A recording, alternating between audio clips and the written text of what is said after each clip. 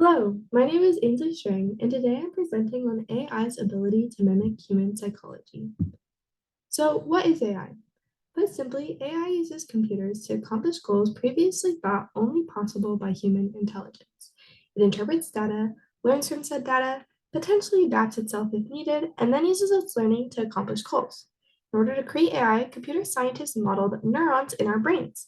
Neurons communicate with each other through electrical pulses to perform certain functions, something we'll explore deeper when we discuss exactly how AI works. There are two main groups of AI: applied AI, which are intelligent systems who can accomplish one task, and generalized AI, which are what we see in movies, where systems can handle any assignment exactly like the human brain.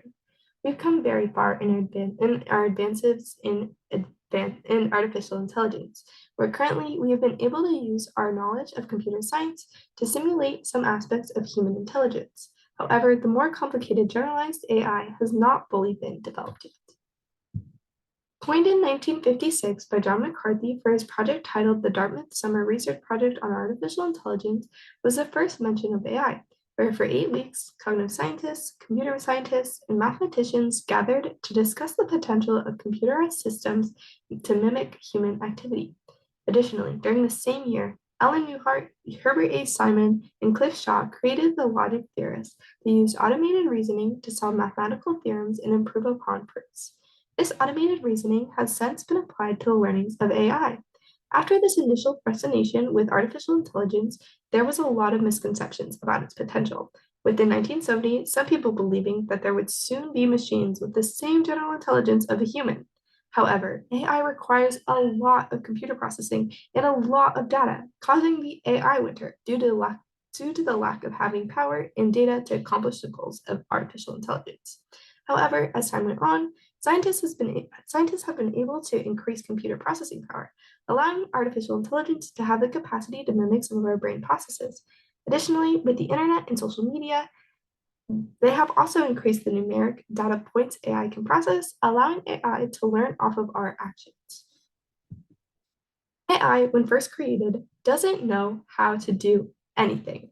Just like how a baby needs to touch something hot in order to know that they shouldn't touch something hot, it needs data points in order to gather information about the world around them in order to solve a problem. AI needs lots and lots of clear labeled data points in order to use a process known as machine learning that allows it to solve problems like the human. There are three types of machine learning: reinforcement learning, where AI learns from its environment through feedback from its behavior; unsupervised learning, where AI learns without training labels and finds hidden patterns in data; and then supervised learning, which is what's mostly used in AI, learning from training labels. In 1958, Frank Rosenbalt used the model of the Dartmouth Conference to create an artificial neuron. Known as the perceptron, the computer looked at images of shapes and determined if it was a triangle or not. The perceptron would get different electrical signals from the pixels of the camera he used. Then, similar to how our neuron synapses act, if the computer received enough electrical signals to cross a certain threshold, the computer would say it was a triangle. As we talked about before, it took many data points for the perceptron to accurately determine if it was a triangle or not, using Rosenblatt's input to determine if yes it was or no it wasn't, hence the supervised learning. If the machine got it correct, nothing would change, but if it got it wrong, the machine would change the amount of electricity each pixel outputted. The same concept is used in our modern AI, where the computer mimics humans' neurons.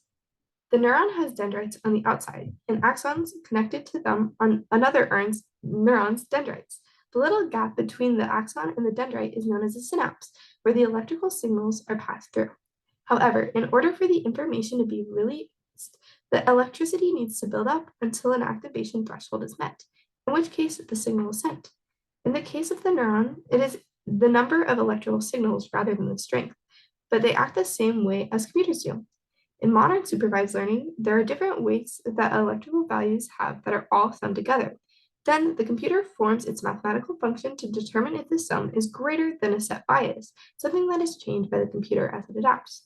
Once the computer goes to the mathematical function, it then gives us an output, extremely similar to how neurons function in our brain. Inside of machine learning, we have a subsection known as deep learning, who uses input, output, and different hidden layers in order to represent an artificial neural network. Like we discussed previously, there are a different number of weights attached to all the values, utilizing mathematics in order to solve mostly binary questions, similar to how our machine learning did. However, these artificial neural networks can accomplish even more complex problems. If any of you have Google Photos, you can see that the photos are able to practice recognizing different faces on your phone. The AI first converts the different pixels into numeric values based on their RGB codes. This is known as the input layer. Then the different hidden layers perform an analysis on the numeric input layers based on which ones they have been programmed to use. These hidden layers can perform all different types of tasks and look at all different types of factors. For example, one layer could be used to differentiate between eye color. Then, using multiple hidden layers, the artificial neural network outputs who it thinks it is in the picture. We are then able to tell the computer that yes, who it thinks it is incorrect or correct, giving it another data point to work off of or help in adjusting its algorithm. These same principles can apply to vocal recognition, with the input data being changed into numeric values based on pitch, intonation, and other factors. Additionally, AI are able to simulate human thinking using fuzzy logic. Fuzzy logic cannot be determined as a Boolean value, as true or false. Rather, there are multiple solutions that are partly true and partly false. Computer scientists are able to use fuzzy control structures in order to have AI mimic human reasoning and mortality, where many of our options aren't simply yes or no.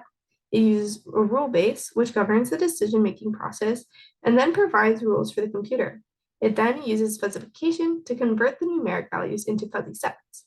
Then we use an inference engine that determines which rules apply to the fuzzy sets. Finally, the problem is defuzzified into a single value. The use of fuzzy logic allows AI to make decisions outside the binary yes or no, similar to human cognition.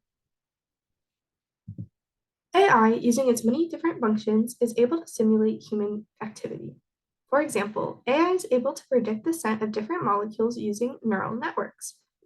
Joe Mainland at the University of Pennsylvania used the potential of AI to create an odor map that associates scent and structure between molecules.